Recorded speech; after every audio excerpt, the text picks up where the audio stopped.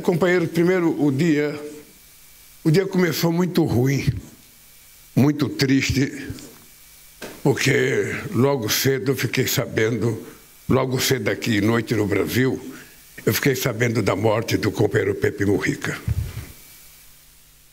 O Pepe Mujica, ele não foi apenas um militante de esquerda, ele não foi um senador, um deputado ou um presidente da República do Uruguai. O Pepe Mujica era um ser humano, sabe, muito importante para a democracia, para os setores progressistas da sociedade, para a esquerda, porque eu acho que se ele não tivesse nascido, precisaria nascer outra vez, para que a gente tivesse um exemplo de ser humano com muita dignidade, com muito respeito, com muita solidariedade e com muita coragem. Um homem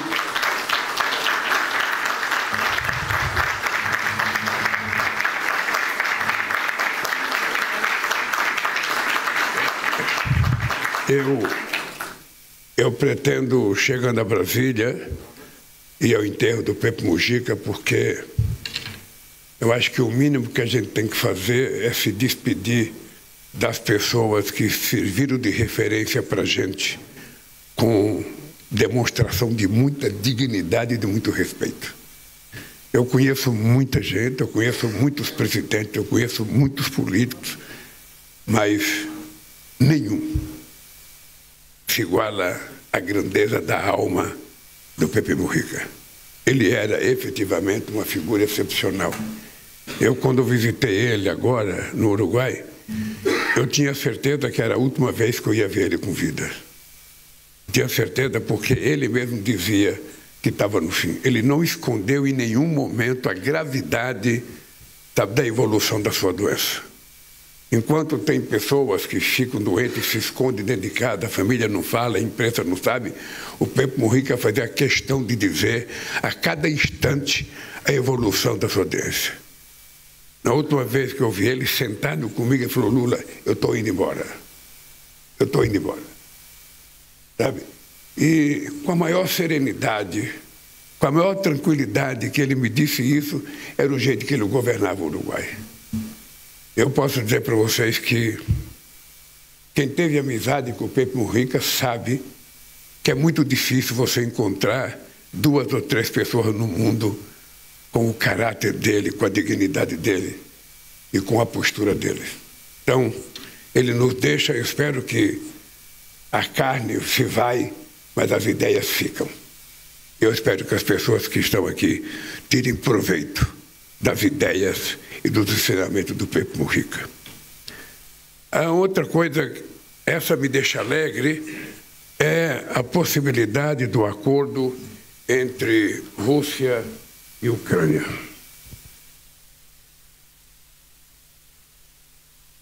Vocês da imprensa brasileira e da imprensa estrangeira acompanham há praticamente 3 anos o Brasil vem fazendo o mesmo discurso de que é preciso que haja uma movimentação política para que a gente possa chegar à paz. Eu tive a petulância de um dia ligar para o presidente Putin e dizer para o Putin: pare com essa guerra e volte para a política, porque a política está precisando muito de mudar o debate pelo crescimento da extrema-direita radicalizada, nazista, no mundo inteiro. E é com muita alegria que, ao visitar a Rússia na comemoração dos 80 anos da vitória da Segunda Guerra Mundial, a gente tem encontrado a oportunidade de conversar sobre a questão da paz. Nós tínhamos produzido um documento entre a China e o Brasil, criando um grupo de amigos, 13 países emergentes, para que a gente pudesse, no momento que os dois quisessem, nos colocar à disposição para discutir a paz, porque somente os dois podem encontrar uma solução. E é com muito otimismo que eu vi a proposta do Putin que houve a aceitação da proposta do Putin pelo Zelensky e que o presidente Xi Jinping e eu colocamos o resultado disso numa nota e divulgamos isso, parabenizando tanto a proposta do Putin quanto a aceitação do Zelensky, na possibilidade de que eles se juntem em Istambul e possam começar de verdade, ao invés de trocar tiros, trocar palavras. E aí morrerá menos gente, se destruirá menos patrimônio, morrerá menos criança e, quem sabe, a gente possa viver com mais tranquilidade. É esse o resultado da diplomacia. E é isso que os chefes de Estado não podem nunca perder. Antes de qualquer coisa, gastem todas as palavras que existiram nos seus dicionários, que fala de acordo, que fala de conversa, sabe, que vale a pena. Vale muito mais do que um tiro. Então, eu estou muito feliz com o encaminhamento. Vamos ver se o presidente Putin vai à Turquia, vamos ver se eles se colocam de acordo e vamos ver se o mundo volta à paz. Uma outra coisa, para mim, extremamente importante, companheiros, é a minha visita à China. É a segunda visita que eu faço nesse segundo mandato como chefe de Estado. E possivelmente será a segunda também do presidente Xi Jinping nesses últimos 2 anos ao Brasil, porque ele vai participar dos BRICS. E é extremamente importante a gente analisar o crescimento da relação do Brasil com a China. Ou seja, em 2003, quando eu tomei posse na presidência da República, a gente tinha 6 bilhões e 600 milhões de fluxo de balança comercial. Hoje, nós temos o privilégio de dizer que nós temos 160 bilhões com viés de alta, sabe, na nossa fluxo comercial. Não é pouca coisa. Mas nós não estamos contentes com o resultado de 160 bilhões ou com o superávit de 31 bilhões que o Brasil tem no comércio com a China. Porque o que nós queremos, primeiro, é que o comércio entre 2 países tem que ser equilibrado. Eu sempre disse que o comércio bom entre 2 países é aquele que parece uma via de 2 mãos. A gente compra e a gente vende. A gente compra e a gente vende. Mais ou menos de forma igual, para que não haja um desbalanço muito grande no orçamento de cada país. E nós viemos aqui para isso.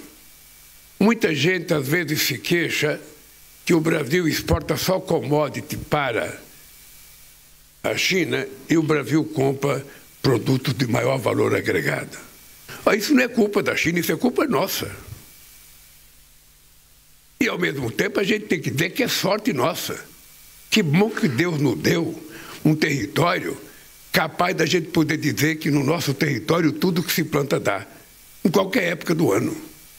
A gente já não se contenta mais com uma safra, agora já é a 2ª safra. Daqui a pouco está a 3ª safra. Nós somos o único país do mundo em que a gente colhe 2,5 safras de uva por ano no Vale do São Francisco. E, graças a Deus, os chineses começaram a comprar nossa uva. E, graças a Deus, começaram a comprar nosso café. Então, ao invés da gente ficar reclamando, a gente precisa produzir mais, plantar mais. E nós viemos aqui para dizer, nós queremos também trocar produtos com maior valor agregado e, por isso, nós queremos que os chineses nos ajudem a dar esse avanço no desenvolvimento tecnológico que nós precisamos. Aí entra a discussão da transição energética, da transição climática, entra a questão da inteligência artificial. Eu nem sei se o Brasil precisa de inteligência artificial, com tanta gente inteligente que tem no Brasil. Eu fico vendo vocês aqui, eu falo, como é que o Brasil precisa de inteligência artificial com tanto gênio aqui na minha frente? Mas, de qualquer forma, dizem que é bom, vamos atrás disso. Vamos ver o que o Brasil pode ganhar com isso. Mas, então, nós vemos aqui, e eu estou muito feliz. Estou muito feliz pelo respeito com que o Xi Jinping nos recebeu, pelo carinho com que o governo chinês nos recebeu, e também pelo carinho que nós recebemos ele no Brasil, porque a verdade é que ontem nós fomos jantar num lugar que é a primeira vez que um presidente estrangeiro vai jantar. E o Xi Jinping foi o primeiro presidente aí jantar também na minha casa, numa demonstração de que a nossa relação não é uma coisa trivial. A nossa relação com a China é estratégica. É muito estratégica. E a gente quer aprender, a gente quer mais investimento, a gente quer atrair mais investimento, a gente quer mais coisa no Brasil, a gente quer mais ferrovia, a gente quer mais metrô, a gente quer mais tecnologia, a gente quer inteligência artificial, a gente quer tudo, sabe, que eles podem compartilhar conosco. E a palavra correta é compartilhar, porque a gente precisa aprender a trabalhar junto para que as coisas possam dar os frutos que nós precisamos. Então eu saio da China muito, mas muito, muito satisfeito. E ontem eu fiz questão de dizer ao presidente Xi Jinping, escolha alguém da sua confiança para entrar em contato com o meu ministro da Casa Civil, porque nós precisamos superar a burocracia da nossa relação. Vamos superar. Ou seja, as coisas têm que andar mais rápido, os projetos têm que ser mais rápidos, a execução tem que ser mais rápida, porque a China precisa disso e o Brasil precisa disso. Eu achei isso extremamente importante, pois agora aumentou a responsabilidade do ministro Rui Costa, que vai ter que ter mais um parceiro na China para cobrar dele e para ele cobrar, porque eles também cobram de nós. Eu queria, antes de ir embora, o Galipes foi embora. Eu queria que o Galipes viesse aqui a falar um pouco da relação do Banco Central chinês com o Banco Central brasileiro, mas depois ele fala com vocês sobre isso. Outra coisa que me deixa bastante satisfeito é, sabe, a combinação de interesses nossos na defesa do multilateralismo. Ou seja, o multilateralismo, sabe, foi o que sustentou uma certa concórdia nesse mundo, sabe, depois da Segunda Guerra Mundial. A tentar estabelecer o unilateralismo agora, tentar acabar com a coesão que o multilateralismo permitiu na questão comercial, é, no mínimo, um equívoco que está se cometendo, e por isso o Brasil está defendendo com muita força o multilateralismo, fortalecer o multilateralismo e lutar contra o protecionismo. Não é possível, porque dos anos 80 até outro dia, sabe, a globalização era a palavra-chave, sabe, o livre comércio era a palavra-chave, de repente alguém acha que tem o direito de taxar tudo e todo mundo, sem pedir licença, sabe, como se fosse dono do mundo. E o mundo não é obrigado a aceitar essas coisas. E, finalmente, parece que ontem já houve um avanço, os Estados Unidos já sentou com a China e a taxação já não está tão pesada como era, já deu uma grande flexibilizada. Uma demonstração de que nós temos que defender a nossa soberania. O meu ministro Mauro e o ministro Alckmin sabem, nós queremos negociar com os Estados Unidos. Eu disse para eles, gaste a última palavra de negociação que tiver no nosso dicionário. Mas se não tiver um acordo, nós vamos, sabe, colocar em prática a reciprocidade. Ou vamos para o OMC brigar pelos nossos direitos. Para que a gente tenha um mundo equilibrado e um comércio mais justo entre todos os países. Então, nesse aspecto, nós estamos também, sabe, muito, muito unidos em defesa do multilateralismo, em defesa do livre comércio e em defesa de mais investimento nos países em desenvolvimento. Não é possível que o mundo esteja outra vez se armando quando nós precisamos alimentar 733 milhões de pessoas que não têm o que comer. Nós precisamos, no mínimo, ter a dignidade de achar que a melhor arma que um país tem que ter é segurança alimentar. E nós precisamos garantir isso para acabar com a fome no mundo. Então, eu regresso para o Brasil muito mais otimista do que eu cheguei aqui. Mais otimista com a possibilidade de paz, mais otimista com a possibilidade de crescimento econômico, mais otimista com a possibilidade de mais investimento chinês no Brasil. Eu já não aguento mais o Fávaro todo dia me ligar e dizer, presidente, nós já temos 300 mercados em 2 anos. Presidente, é 352 mercados, sabe, nesses 2 anos. Presidente, é 366 mercados. O que você está vendendo? Eu falo, estou vendendo pena, estou vendendo pé de galinha, estou vendendo pescoço, estou vendendo coração, estou vendendo língua, estou vendendo ovo, estou vendendo tudo. Então, eu acho que essa é uma coisa extraordinária. Ou seja, o país está inserido no mundo, que é um sonho que o Celso Amorim e eu discutimos quando nós fomos para Davos em 25 de janeiro de 2003. Depois que nós participamos do Fórum Social Mundial em Porto Alegre, nós fomos para Davos. E eu tinha muito orgulho, Celso, de ser o único presidente do mundo a participar do Fórum Social Mundial e depois de participar do Fórum Econômico e falar exatamente a mesma coisa. Falar exatamente. O discurso que eu fiz em Porto Alegre, eu fiz em Davos, para mostrar que era possível acabar com a fome no mundo.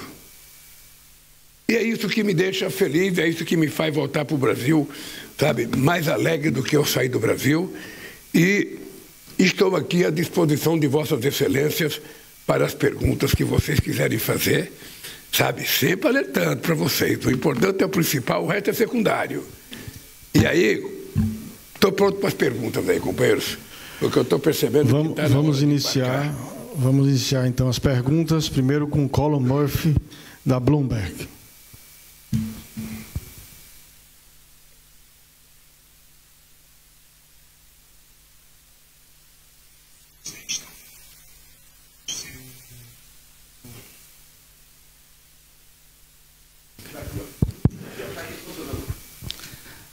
Thank you very much. Question from Bloomberg. Muito obrigado. Uma pergunta da Bloomberg. Muito obrigado, presidente, pelo seu tempo. A minha pergunta são duas. O Brasil tem medo?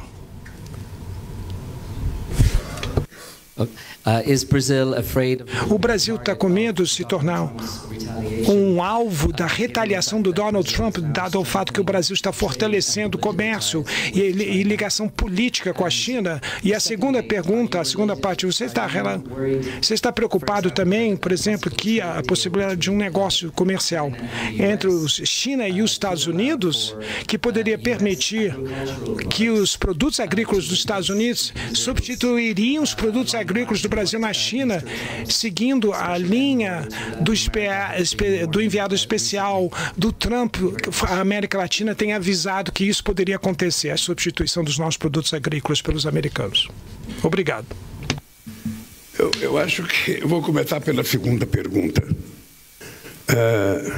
Primeiro que o Brasil não está preocupado, porque os Estados Unidos, sabe, vende para a China aquilo que a China precisa comprar dos Estados Unidos, e o Brasil não tem medo de competir com os Estados Unidos na quantidade e na qualidade dos nossos produtos. E acho que quanto mais produto, quanto mais comércio, melhor para todo mundo. Eu fico sempre torcendo que mais chineses possam comprar produtos brasileiros, que mais indianos possam comprar produtos brasileiros, que mais gente da Indonésia possa comprar, que mais gente da África. Quanto mais as pessoas estiverem comprando, mais significa que a economia está melhorando, mais significa que as pessoas estão evoluindo. Então, o Brasil deseja aos Estados Unidos, sabe, aquilo que eu desejo para o Brasil. Crescimento, melhorar a qualidade de vida do povo americano. É para isso que o Trump foi eleito. E é para isso que eu fui eleito. Então não tem esse problema. A segunda coisa é que não temos medo de retaliação. Não é possível que um país do tamanho do Brasil, com a qualidade do Brasil, tenha medo de retaliação. O Trump toma as medidas que ele achar que deva tomar para os Estados Unidos e nós tomamos a medida que nós achamos que temos que tomar para o Brasil. É assim que é a política. E é assim que vai ser. Espero que o Trump compreenda perfeitamente bem o que é a relação de mais de 200 anos entre Brasil e Estados Unidos. Espero que o Trump não se esqueça nunca que eles têm um superávit primário com o Brasil. Se contar serviços nos últimos 15 anos, 410 bilhões de superávit para os Estados Unidos. Não é pouca coisa. E nós queremos que a relação continue a melhor possível. Eu digo sempre, quando eu quero melhorar a relação com a China, eu não quero piorar com ninguém. Eu quero melhorar com a China, quero melhorar com os Estados Unidos, quero melhorar com a União Europeia, e pretendo ainda fazer com que, na minha presidência do Mercosul, concluir o acordo definitivo com a União Europeia.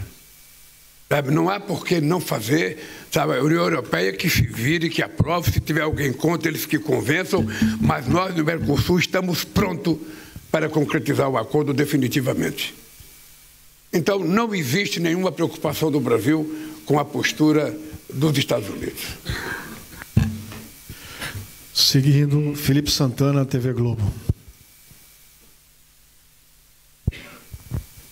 Bom dia, presidente. Gostaria de pedir para o senhor comentar a reunião com o presidente Xi Jinping, mais especificamente a pergunta da primeira-dama sobre o TikTok. E a resposta do presidente Xi Jinping, dizendo que o senhor poderia banir ou restringir o TikTok no Brasil, se o senhor faria alguma coisa nesse sentido. Obrigado. Você sabe, a primeira coisa que eu acho estranho é que como é que essa pergunta chegou à imprensa? Porque estavam só meus ministros lá, o Alcolumbre e o Omar. Então alguém teve a pachorra de ligar para alguém e contar uma conversa que teve num jantar em que era uma coisa muito, mas muito confidencial e uma coisa muito pessoal. E depois, eu que fiz a pergunta, não foi a Janja. Eu que fiz a pergunta.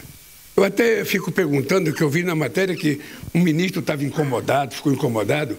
Se o ministro tivesse incomodado, deveria ter me procurado e pedido para sair. Eu autorizaria ele sair da sala.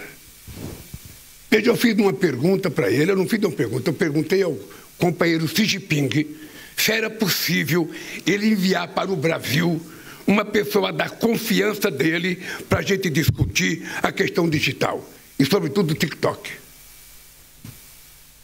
E aí a Janja pediu a palavra para explicar o que está acontecendo no Brasil, sobretudo contra as mulheres e contra as crianças. Foi só isso. E ele disse uma coisa que era o Brasil tem o direito de fazer a regulamentação. Ainda bem que estava o Elmar, estava o Elmar em nome da Câmara e o Davi, que sabe que nós temos que regulamentar. Não é possível a gente continuar, com as redes digitais cometendo os absurdos que comete e a gente não tem a capacidade de fazer uma regulamentação. Então, para mim, foi uma coisa simplesmente normal e ele vai mandar uma pessoa. Isso que importa, ele vai mandar uma pessoa especialmente para conversar conosco sobre o que a gente pode fazer, nesse mundo digital. É isso que aconteceu. Nada mais do que isso. Eu não sei por que alguém achou que isso era novidade e foi falar para a imprensa. Não sei, sinceramente eu não sei. Mas de qualquer forma, já saiu, então é isso. A pergunta foi minha. Eu não me senti nem um pouco incomodado. O fato da minha mulher pedir a palavra é porque a minha mulher não é cidadã de segunda classe. Ela entende mais de rede digital do que eu e ela resolveu falar. É só isso. Passar para a próxima pergunta, Xilian, do Beijing News.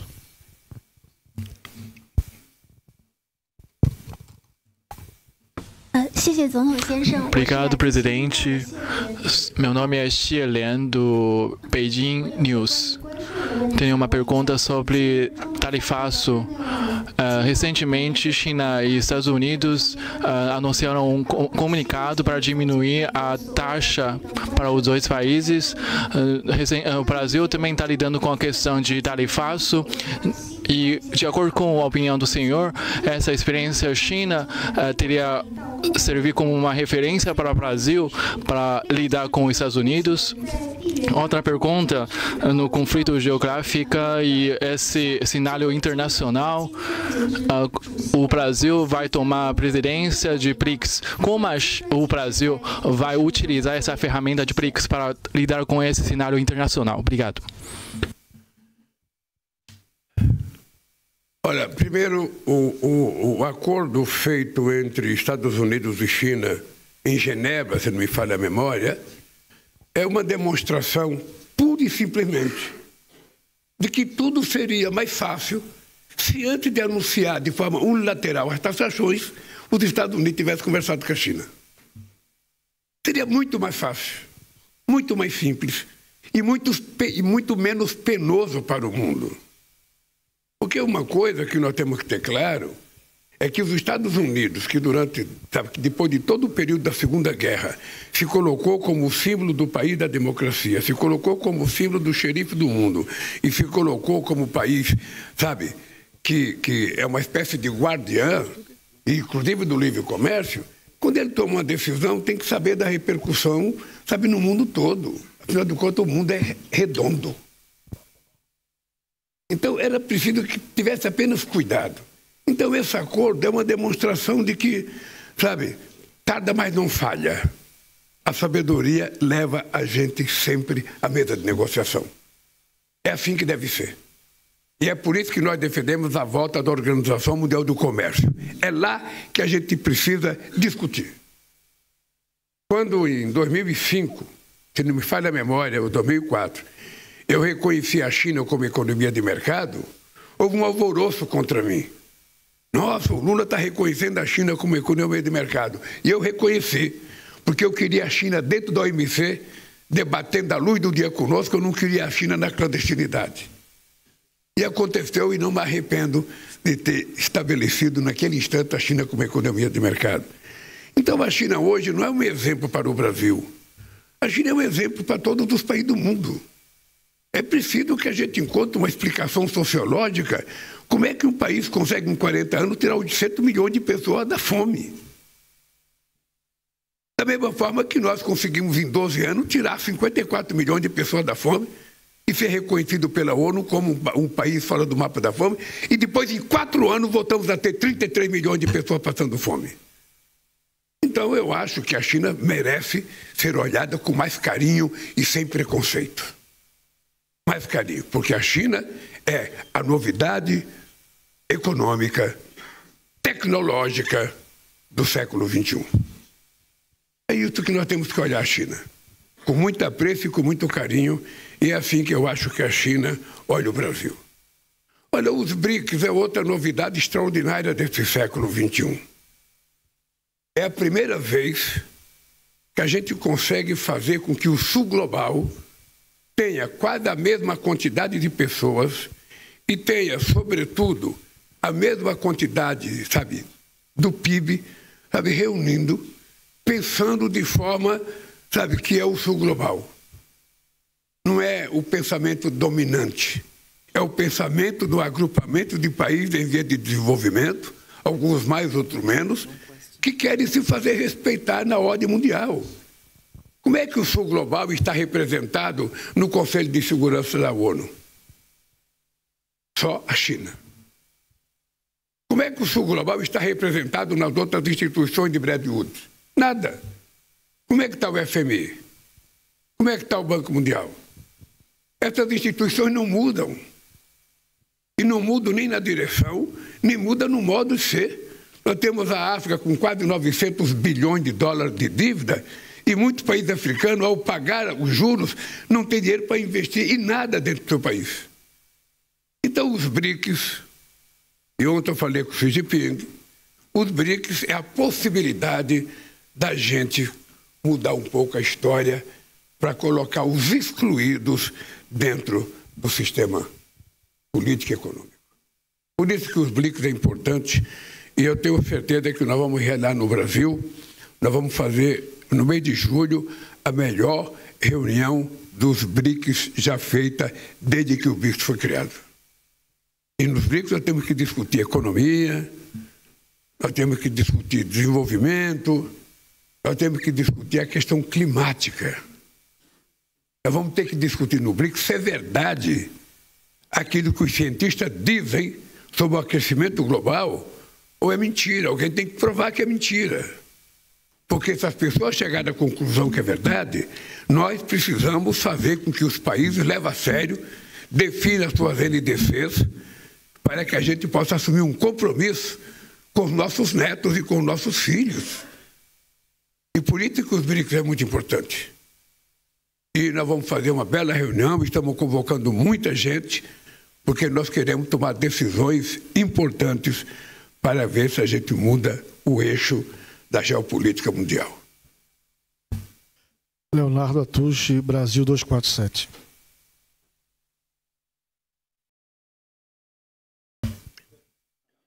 sinceramente, eu não sei porque que vocês usam o microfone, porque eu estou ouvindo mais a voz de vocês do que o microfone. Mas acho que para a plateia geral. Bom dia, presidente. Bom, eu represento aqui 3 veículos de comunicação. A gente fez isso aqui na organização para poder ter todas as questões. O seu discurso na China, presidente, ele pareceu muito alinhado ao do presidente Xi Jinping em vários temas da geopolítica, né?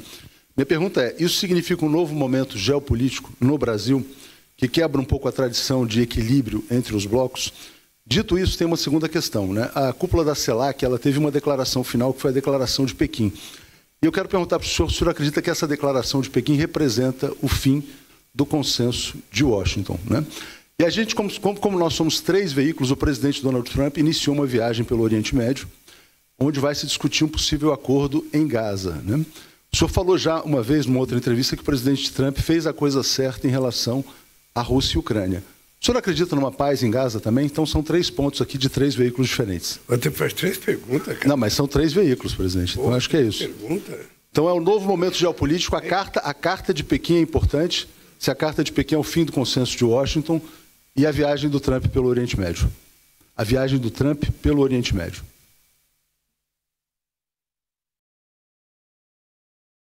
Olha. Obrigado. Primeiro, eu acredito piamente num rearranjo na geopolítica internacional. A gente já não pode mais continuar, sabe, subordinada a uma organização que veio a partir de 1945, num mundo político totalmente mudado. Vamos pegar uma coisa simples. Em 1947, 48, a ONU teve força para criar o Estado de Israel. Hoje a ONU não tem força para criar o Estado palestino. Alguma coisa mudou. Houve um enfraquecimento das Nações Unidas nas suas decisões. Então, uma das coisas que nós temos que mudar na geopolítica é colocar dentro do Conselho de Segurança o mundo atual. A geopolítica atual. Qual é a explicação do Brasil não estar no Conselho de Segurança, da Índia não está, da Alemanha não está, do Japão não está, sabe, da África do Sul não está, da Nigéria não está, do Egito não está? Qual é a explicação? Nenhuma. E se não tiver a ONU com força, a questão climática vai ser tratada de forma secundária. Porque não adianta a gente tomar decisão nas COPs se depois você não tem uma instância de governança mundial que obriga a execução. Porque isso vai cansando. Você toma decisão, não acontece nada. Você toma decisão, não acontece nada. Você toma decisão, não acontece nada. Chega um dia que você desanima. Chega um dia que você não quer mais fazer nada. É por isso que as guerras são tomadas decisões unilaterais. Foi assim da Rússia com a Ucrânia, foi assim dos Estados Unidos com o Iraque, foi assim da Inglaterra e da França com a Líbia. Todo mundo participa do Conselho de Segurança, mas ninguém discutiu. Cada um toma a sua decisão, vai lá. Não é possível. O que está acontecendo, sabe, em Gaza, é uma coisa extremamente grave para a humanidade. É muito grave. E a ONU não toma nenhuma decisão. Eu acho importante que o Trump viaje ao Oriente Médio para ele ver o que está acontecendo. Porque não é uma guerra normal, que eu já sou contra, entre 2 exércitos. É uma guerra entre um exército totalmente sofisticado e mulheres e crianças. É isso que, no fundo, é o resultado. Então, eu acho que essa geopolítica tem que mudar e o Brasil faz parte de um grupo de países que estamos brigando para mudar. É preciso mudar a bem da humanidade, a bem do nosso futuro. A segunda coisa é que a Carta de Pequim é um alento muito grande de que você tem um país com a potência econômica da China pensando em contribuir para o desenvolvimento dos países mais pobres da América Latina e da África. Ao invés das pessoas ficarem preocupadas com a China, deveria todo mundo utilizar a mesma forma. Há quanto tempo que não há investimento americano na América Central e na América Latina? Há quanto tempo não há investimento da União Europeia, sabe, na América Latina? Há quanto tempo não há investimento na África? Então, eu acho que os países ricos deveriam pensar, sabe, em seguir a decisão da China de tentar fazer mais investimento. Porque só tem um jeito dos países deixar de ser pobre, é o crescimento econômico. E só tem um jeito de crescer, é economicamente. É você ter investimento. É você ter investimento em infraestrutura, você ter investimento em tecnologia, em educação. Senão não vai acontecer nada. Eu fico imaginando o que nós queremos para o fim do século XXI. Quando chegar o ano, sabe, 2200, como é que a gente vai estar? Eu me preocupo com isso porque eu tenho percebido que o mundo está pior.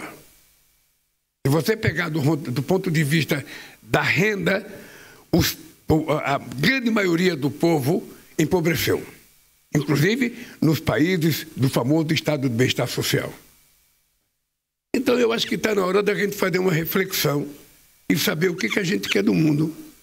Hoje você tem menos empresário com muito mais dinheiro do que você tinha há 50 anos atrás. A concentração de riqueza é maior, e muito maior. A decisão política está ficando muito fragmentada. É cada um por si, Deus por todos. Quando a ONU foi criada para a gente tentar tomar decisões, sabe, com uma espécie de coesão, muitas coisas por consenso. E, lamentavelmente, isso não está acontecendo. Por isso, eu acho que a Carta de Pequim é um alento para os países da América Latina, da América Central, sobretudo os países mais pobres. Eu sinceramente, quando eu falei que, com toda a divergência que eu possa ter com o Trump, ou ele possa ter comigo, eu acho que a decisão dele sobre a guerra foi importante. Foi importante, porque você tinha o nosso amigo Biden falando em guerra todo dia, falando em destruir a Rússia todo dia. O Trump vem e fala, não, eu preciso fazer paz, eu preciso parar com essa guerra. Eu achei ótimo. E eu espero que ele possa dar uma contribuição para terminar o genocídio. A palavra eu vou repetir aqui. Para terminar o genocídio na faixa de Gaza. Aquilo não é uma guerra. Aquilo é um genocídio. Então, a única coisa que eu quero é o seguinte, é que a ONU possa tomar uma decisão. E se o Trump contribuir para isso, agora, se ele quiser fazer daquilo um resort, não dá certo. Ali nós temos que saber que ali é um pedaço do mundo onde moram homens e mulheres que precisam ser respeitados tanto quanto eu quero ser respeitado. E eu não estou falando como dizem alguns fascistas, de judeus e palestinos. Estou falando do exército de Israel contra o povo palestino. É importante registrar, porque tem muita maledicência em algumas pessoas. Gente, finalizando agora com as duas últimas perguntas. Joy Larry, do Financial Times, depois o Américo, da CNN. Obrigado, presidente, pela oportunidade. Você acha que as condições atuais são favoráveis para a criação de uma moeda para os países que pertencem aos BRICS? Eu ouço melhor com isso aqui. Porque como você não cuidou do retorno, então, olha,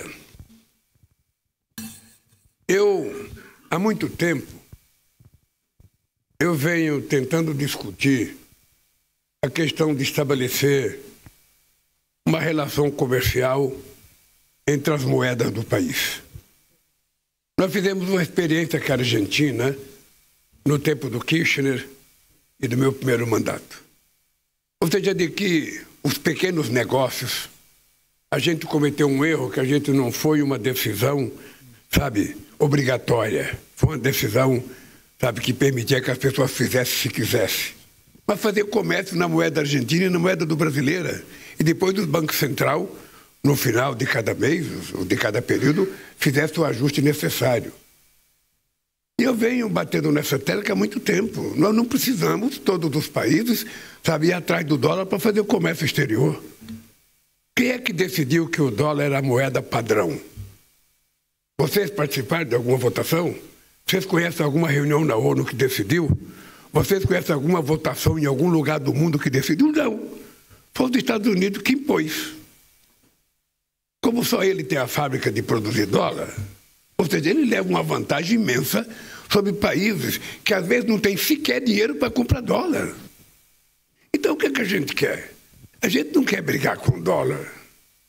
O que a gente quer, na verdade, é criar, sabe, um jeito de encontrar ou uma moeda ou uma cesta de moedas que possa permitir que a gente possa fazer negócio sem ficar dependendo de uma única moeda. É isso que nós queremos.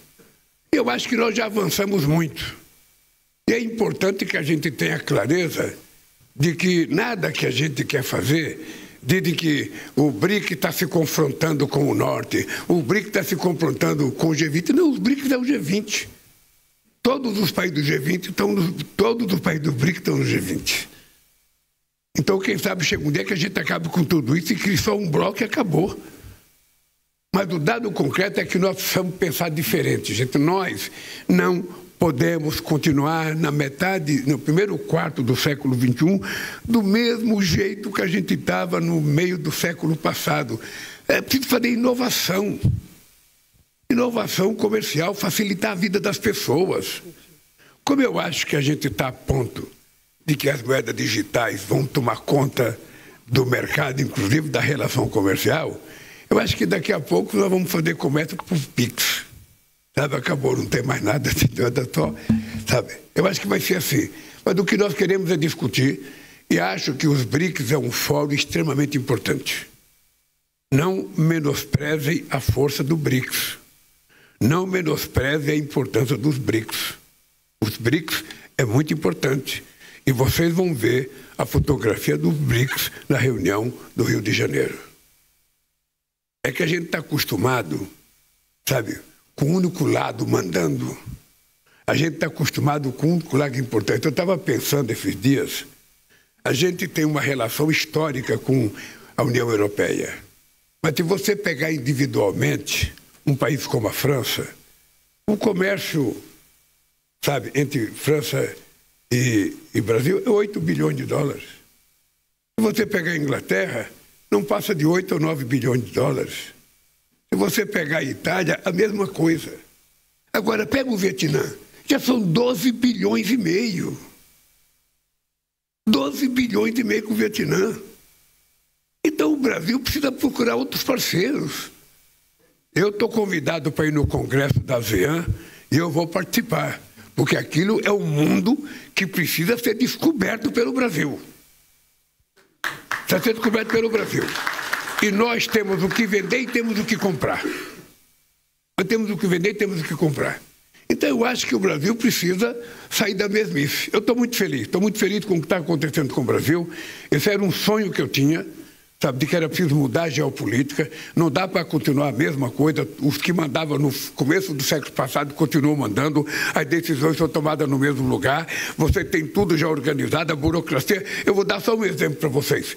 Em 2008, eu e o Celso Amorim viajamos o mundo tentando convencer países a votar no Brasil para fazer as Olimpíadas. Todo o continente africano tinha menos delegado do que a Suíça. Que tinha 5 delegados, a China tinha 1. Como é que pode essas instituições que foram criadas ser um domínio absurdo, sabe, da Europa e dos Estados Unidos?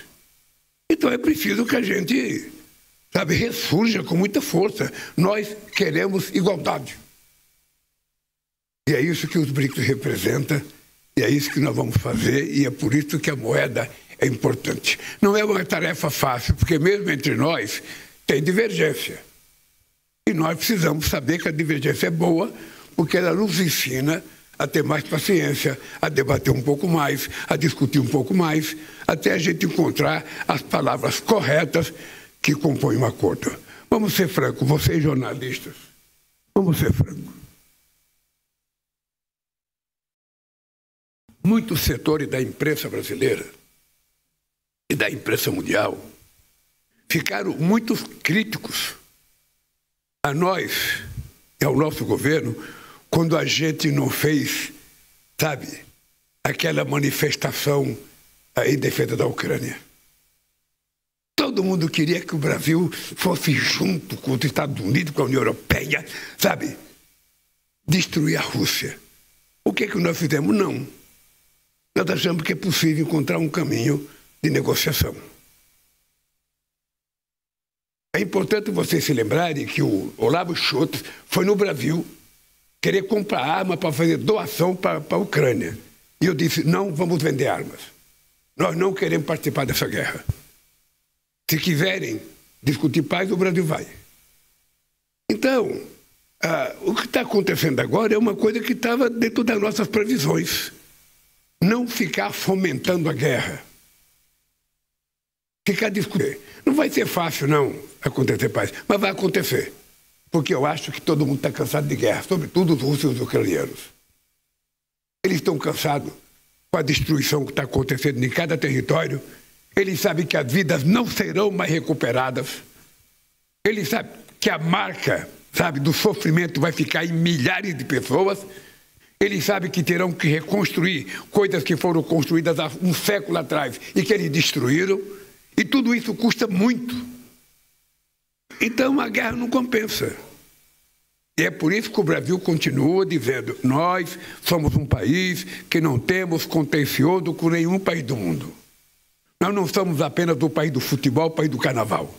Nós somos o país da política, o país do consenso, o país da paz, o país da democracia. E um país que não se nega a conversar nem um tema. Porque eu quero ver a seriedade de todo mundo vai ser na COP30 no Brasil. A COP30 será decisiva para a gente dizer se a gente quer cuidar para que o planeta não tenha um aquecimento acima de 1,5 graus. E aí todo mundo vai ter que apresentar as NDCs. E nós vamos ver quem é quem. Nós vamos ver quem está falando sério. E aí era preciso ter a ONU, sabe, com muita força, para que a gente tivesse que cumprir aquilo que a gente decide. O protocolo de Kyoto não foi cumprido, o Acordo de Paris, sabe, ainda não está em execução, e os Estados Unidos acabam de dizer que vai sair. E eu quero saber como é que o governo americano vai se comportar, sabe, nessa questão da transição climática. Por isso eu estou dando muita importância a esse momento político que nós estamos vivendo. O mundo não é mais o mesmo. Nós não queremos chefe, nós não queremos xerife, nós queremos parceiros. Nós gostamos de respeitar e gostamos de ser respeitados. É só isso. Vamos então para a última pergunta, Américo Martins, da CNN. Obrigado, presidente. O senhor estava falando agora sobre a questão da Ucrânia. Quer que eu fale mais alto? Tá bom. Sobre a questão da Ucrânia. O Brasil e a China ontem soltaram uma nota importante sobre a questão da guerra, dizendo que defendiam uma solução política para o assunto. Ao mesmo tempo, o chanceler da Ucrânia pediu especificamente para o governo brasileiro, inclusive de forma pública, que interviesse nessa questão, pedindo ao presidente Putin que participasse pessoalmente das negociações de amanhã na Turquia. Mas a nota do Brasil não fala em cessar-fogo, que é o outro pedido dos ucranianos. Eu queria saber por que não falamos em cessar-fogo na questão da nota, que informações o senhor tem sobre a questão do presidente Putin participar ou não dessa questão? E uma segunda pergunta, como outros colegas fizeram, o senhor disse em Moscou que a questão das terras raras era um dos motivos envolvidos nessas guerras e outros potenciais conflitos que virão. Então, eu queria saber, o senhor acabou de falar que é muito difícil chegar na conclusão dessa guerra. Essa é uma das questões que está envolvida, a questão da transição energética com relação às terras raras?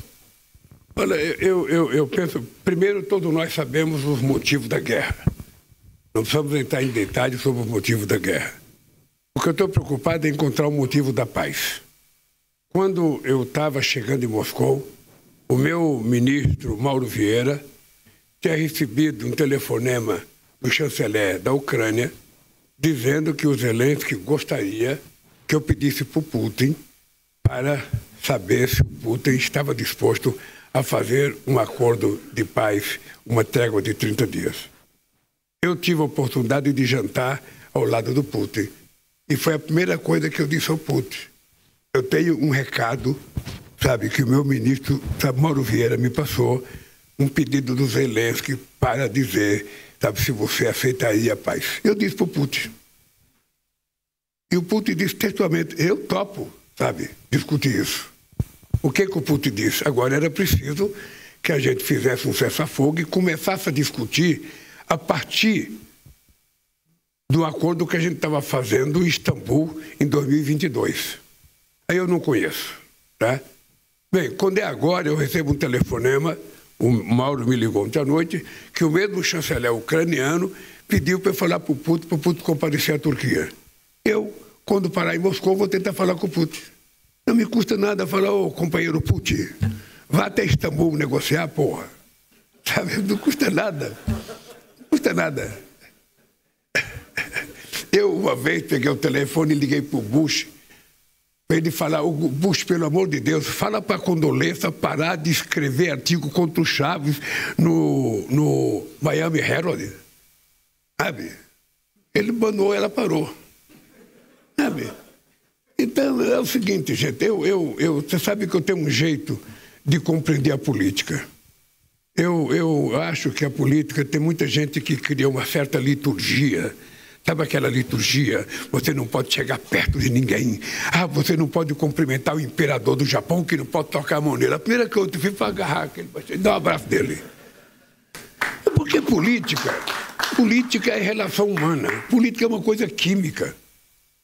Se você não conversa, se você não faz as coisas acontecer, se você não tema, não tem coisa entre chefe de Estado cheio de liturgia, você não pode fazer isso, não pode fazer aquilo, você pode fazer tudo. Eu não tenho nenhum problema. Tem gente que fala, nossa, como o Lula é estabanado, ele passa a mão na cabeça dos outros, ele passa a mão na cabeça do Rugital. O Rugital tinha o cabelo cheio de brilhantina, não sei o que era, eu toda hora estava passando a mão na perna, né? Sabe, é assim que eu faço política. E é assim que eu gosto de tratar as pessoas.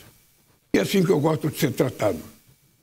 Então, eu estou convencido que nós já demos um primeiro passo importante para a gente começar a sonhar em paz.